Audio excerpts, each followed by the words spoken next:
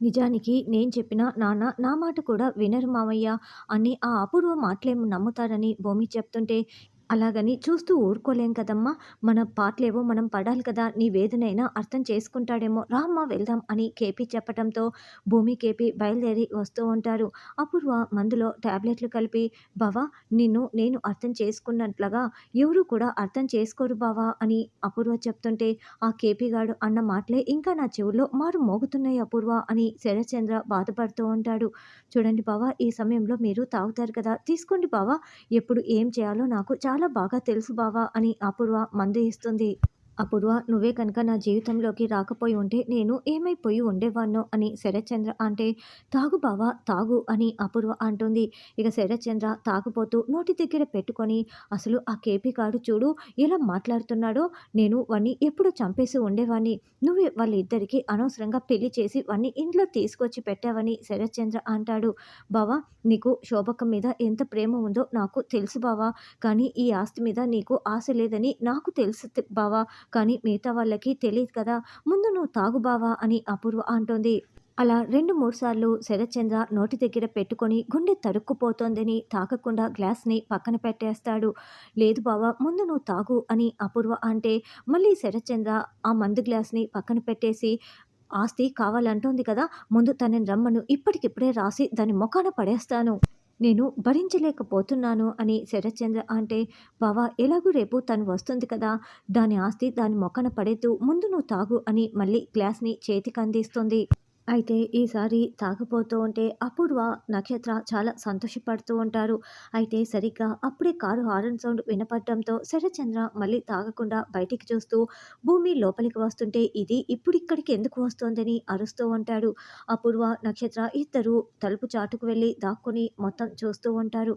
నాన్న నాన్న మీరు బాగానే ఉన్నారు కదా అని భూమి అంటే, ఏయ్ నువ్వు ఇప్పుడు ఇక్కడికి ఎందుకు వచ్చావు? ఈ కేపీ గాడు నిన్ను ఇప్పుడే ఇక్కడికి తీసుకొచ్చాడా? పొద్దున కదా తీసుకురమ్మని చెప్పానని శరత్చంద్ర అరుస్తూ ఉంటాడు. నాన్న మాకు నీ క్షేమమే ముఖ్యం నాన్న. నాకు ఏ ఆస్తి అవసరం లేదు అని భూమి చెప్తోంది. ఈ ఆస్తి వద్దు. నాకు ఏమీ వద్దు. ఈ ఆస్తి నా కాలి గోటితో సమానం. నీకు రాసిస్తాను. తీసుకువెళ్ళిపో రేపు అని శరత్చంద్ర అంటే, నాన్న నాకు ఏ ఆస్తి వద్దు. కావాలంటే అపూర్వకు రాసిచ్చేసేయి నాన్న అని భూమి చెప్తుంది. దాంతో అపూర్వ దూరం నుంచి చాలా సంతోషంగా వింటూ ఉంటుంది. ఏమనుకుంటున్నావు నువ్వు అపూర్వ గురించి? నువ్వు రాసిస్తే తను తీసుకుంటుంది అనుకుంటున్నావా? అపూర్వ అలాంటిది కాదు అని శరత్చంద్ర అంటే, కర్మ కర్మ అని అపూర్వ తల కొట్టుకుంటూ ఉంటుంది. నాన్న మీకు పిన్ని గురించి నిజం తెలియక ఇలా మాట్లాడుతున్నారు అని భూమి అంటే, అసలు నీకే మీ పిన్ని గురించి ఏం తెలుసు? అపూర్వ అపూర్వ ఇలా రా అని పిలవటంతో, చెప్పండి బావ అంటూ అపూర్వ వస్తుంది. నీకు ఈ ఆస్తి మీద ఆశ ఉందా అని శరత్చంద్ర అంటే, చిచి నాకెందుకు బావ ఉంటుంది. నేను నీ పాదదాసిగా ఉండటమే నాకు చాలు అని అపూర్వ అంటుంది. నేనన్నా నా శోభ అన్న అపూర్వకి ప్రాణం. ఈ ముష్టి ఆస్తి అపూర్వకి అస్సలు అవసరం లేదు అని భూమి చేతిని పట్టుకొని శరత్చంద్ర లాగి బయటికి తోసి పడేస్తాడు. రేపు ఉదయం లాయర్ ఫోన్ చేస్తాడు. అప్పుడు రా నీ ఆస్తి నీకు ఇచ్చేస్తానని శరత్చంద్ర లోపలికి వెళ్తాడు. చూసావమ్మా మీ నాన్న ఆ అపూర్వకి ఎలా బానిసగా మారిపోయారో అని కేపీ అంటే, మావయ్య ఈ ఒక్క రాత్రికి నాన్నని కాపాడండి. తర్వాత ఆ అపూర్వ సంగతి చూద్దాము. ఈ ఒక్క రాత్రికి ప్లీజ్ మావయ్య కాపాడండి అని భూమి వేడుకోవటంతో, అలాగే నేను చూసుకుంటానని కేపీ చెప్తాడు. భూమి వెళ్తుంది. బావా అవన్నీ పట్టించుకోకు. ఇదిగో బావా తాగు అంటూ మళ్ళీ టాబ్లెట్లు కలిపిన మందుని అపూర్వ శరత్చంద్ర చేతిలో పెడితే, శరత్చంద్ర కోపంతో ఆ గ్లాస్‌ని నేలకేసి విసిరి కొట్టేసి లోపలికి వెళ్తాడు. ఛ అంటూ అపూర్వ, నక్షత్ర రగిలిపోతూ టెన్షన్ పడుతూ ఉంటారు. తెల్లవారగానే బిందుని పెళ్లి కూతురులా తయారు చేసి గుడికి తీసుకొచ్చి ఉంటుంది. థ్యాంక్ యూ అత్తయ్య అని బిందు చెప్తుంటే, థ్యాంక్స్ ఎందుకు బిందు అని అపూర్వ అంటుంది. అమ్మ మొత్తం రెడీ అయిపోయాయి. ఇక పెళ్లిపీటల మీద కూర్చోవటమే మిగిలిందని పూజారి గారు చెప్తూ ఉంటారు. అత్తయ్య మీరనేవారే లేకపోతే అసలు శివతో నా పెళ్లి జరిగి ఉండేదే కాదు అని బిందు అంటే, చూడు నీ సంతోషమే నాకు కావాలి. నేను చాలా గ్రాండ్‌గా నీ పెళ్లి జరిపిద్దాం అనుకున్నాను. కానీ ఏదో ఇలా జరిపించేసేయాల్సి వస్తోంది. కానీ ఏం బాధపడకు reception never before ever after అనే విధంగా నేను జరిపిస్తాను కదా అని అపూర్వ అభయం ఇస్తుంది. అమ్మ అమ్మాయికి బాసికం కట్టండని పూజారి గారు చెప్పటంతో నక్షత్ర బిందుకి బాసికం కడుతుంది. పెళ్లి కుమారుడు ఎక్కడా అని పూజారి గారు అడుగుతూ ఉంటే వచ్చేస్తారు పంతులు గారు అని అపూర్వ చెప్తుంది. అత్తయ్య శివ ఇంకా రాలేదేంటి? నాకు చాలా భయంగా ఉంది అని బిందు అంటే చూడు నాకు ఏదైనా ఫుల్ క్లారిటీగా ఉంటుంది. నేను చెప్పాను కదా రావటానికి కాస్త లేట్ అవుతుంది కానీ పక్కా మీ పెళ్ళైతే జరుగుతుంది అని అపూర్వ చెప్తోంది. తరువాత భూమి శారద వాళ్ళు దగ్గరుండి పూరిని పెళ్లి కూతురులా తయారు చేస్తారు.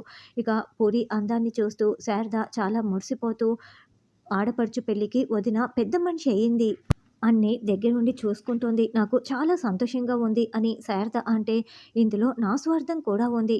ఇప్పుడు పూరిని శివకి పెళ్లి చేయకపోతే మా తమ్ముడు పూరిని పెళ్లి చేసుకునే అదృష్టాన్ని మిస్ అవుతాడు కదా అని మా తమ్మునికి అదృష్టాన్ని కల్పిస్తున్నానని భూమి చెప్తుంది. ఇదేదో కుండ మార్పిడి వ్యవహారంలా ఉందే అని ఒక ఆవిడ అంటుంది. అలాగే అనుకోండని భూమి చెప్తుంది. అది సరే కానీ బంగారం అంతా కూతురికి పెడుతున్నట్లున్నావు మరి కోడలికేమి పెట్టవా శారదమ్మ అని ఒక ఆవిడ అంటుంది. అలా అడగండని భూమి అంటుంది. నా కోడలే నిలువెత్తు బంగారం మరి మళ్ళీ సపరేట్‌గా బంగారం ఎందుకు అని శారద భూమి గడ్డం పట్టుకొని చెప్తూ ఉంటే అలా మాట్లాడితే కుదరదత్తయ్య నాకు బంగారం కావాలి అని భూమి చెప్తే నేను కన్న నిలువెత్తు బంగారాన్ని నువ్వు సొంతం చేసుకున్నావు కదా భూమి మరి మళ్ళీ సపరేట్‌గా బంగారం ఎందుకు అని శారద అంటుంది. అమ్మ నా పెళ్ళిలో మీరేంటి ఇలా మాట్లాడుకుంటున్నారు? మీ గోల ఆపండి అని పూరి అంటే పెళ్ళికూతురికి కోపం వచ్చింది అత్తయ్య సైలెంట్ సైలెంట్ అని భూమి అంటుంది. అప్పుడే గగన్ అమ్మ అంటూ అక్కడికొచ్చి ఇక పూరిని చూసి చాలా మురిసిపోతూ సంతోషపడుతూ ఉంటాడు. నీ నిలువెత్తు బంగారానికి నూరెళ్ళు గగన్ ఇంతకీ నువ్వేం తీసుకొచ్చావు పెళ్ళికొడుకు కోసం అని ఒక ఆవిడ ప్రశ్నిస్తూ ఉంటుంది. పెళ్ళికొడుక్కి బట్టలు తీసుకొచ్చాను. ఎవరిని ఎక్కడ తక్కువ చేయొద్దు. బాగా అందంగా తయారు చేయండి. మన గౌరవం ఎక్కడ తగ్గకూడదు అని గగన్ అంటే, అవన్నీ మేము చూసుకుంటాం బావ. ముందు నువ్వు పెళ్ళేర్పాట్లు చూడు అని భూమి అంటే, ఇవిగో ఈ పంచ, పట్టు బట్టలు శివకిచ్చి రెడీ కమ్మను భూమి అని భూమి చేతికి ఇస్తాడు. రే చెర్రీ వెళ్ళి శివని కాస్త రెడీ చెయ్యి అని గగన్ చెప్పటంతో అలాగే అన్నయ్య అని చెర్రీ చెప్తాడు. ఇక శివ గుడి దగ్గరికి వెళ్ళగానే అదేంటి పంచ కట్టుకు రాకుండా పట్టుబట్టలతో రాకుండా ఇలా వచ్చావని నక్షత్ర అంటే అలా వస్తే ఇంట్లో వాళ్ళకి డౌట్ వస్తుందని శివ ఇలా వచ్చాడు అంతే కదా శివ అని అపూర్వ అంటుంది. ఇంకోవైపు భూమి గదిలోకి వెళ్ళి శివ కనిపించట్లేదేంటి అని కంగారు పడుతూ మొత్తం వెతికేసి ఫోన్ కాల్ చేస్తూ ఉంటే ఫోన్ తీయడు. అప్పుడే అటుగా వెళ్తున్న చెర్రీ ఏంటి భూమి ఏమైంది? శివన్ రెడీ చేయమని అన్నయ్య నన్ను పంపించాడు. శివగాడెక్కడా అని చెర్రీ అంటే శివ గదిలో లేడు. ఫోన్ కూడా స్విచ్ ఆఫ్ వస్తోందని భూమి కంగారు పడుతూ ఉంటే పెళ్లి పెట్టుకొని కాసేపట్లో ఇంకెక్కడికి వెళ్తాడు ఇక్కడే ఎక్కడో ఉంటాడు నేను వెళ్ళి చూస్తానని చెర్రీ అంటాడు. శివ పెళ్లి చేసుకోటానికి వెళ్ళి ఉంటాడని భూమి అనగానే ఏం మాట్లాడుతున్నావు భూమి? పూరి ఇక్కడే ఉంటే శివ ఎక్కడికి వెళ్తాడు అని శివ శివ అని కేకలు పెడుతూ ఉంటే మీ చెల్లి బిందుని పెళ్లి చేసుకోటానికి వెళ్ళి ఉంటాడని భూమి చెప్పగానే చెర్రీ చాలా షాకింగ్గా వింటూ ఉంటాడు.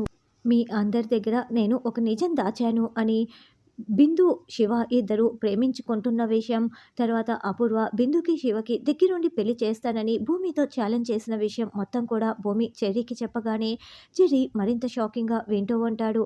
ఇక్కడేమో అపూర్వ మాట్లాడుతున్న మాటలకి శివ మౌనంగా నిల్చొని ఉంటాడు. మరి నేను బిందుని పెళ్లి చేసుకోనని చెప్పి శివ వచ్చేస్తాడా లేకుంటే తాళి కడతాడా అన్నది రానున్న ఎపిసోడ్‌లో తెలుసుకుందాం.